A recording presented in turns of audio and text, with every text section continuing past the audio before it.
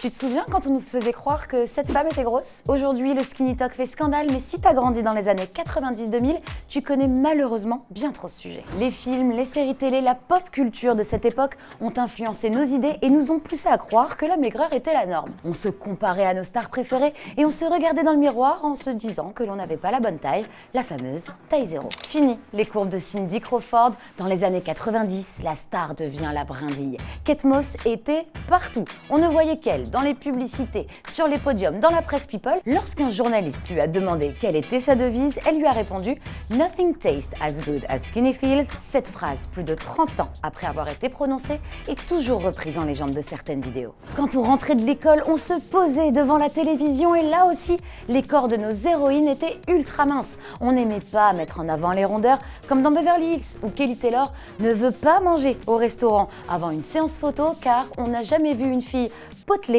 en une de magazine. I can't eat anyway.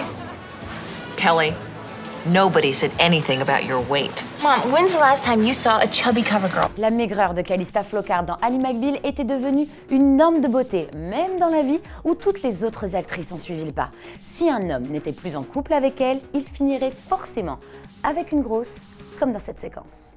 You were hoping she was fat and stupid. Maybe missing a couple of teeth. Et si, comme moi, tu regardais la Starac, tu te souviens forcément du fameux régime pomme de Jennifer en 2001, car elle avait pris trop de poids durant l'aventure, et le pire, c'est que ça choquait personne. Mais bon, heureusement, les choses ont bien changé depuis au château.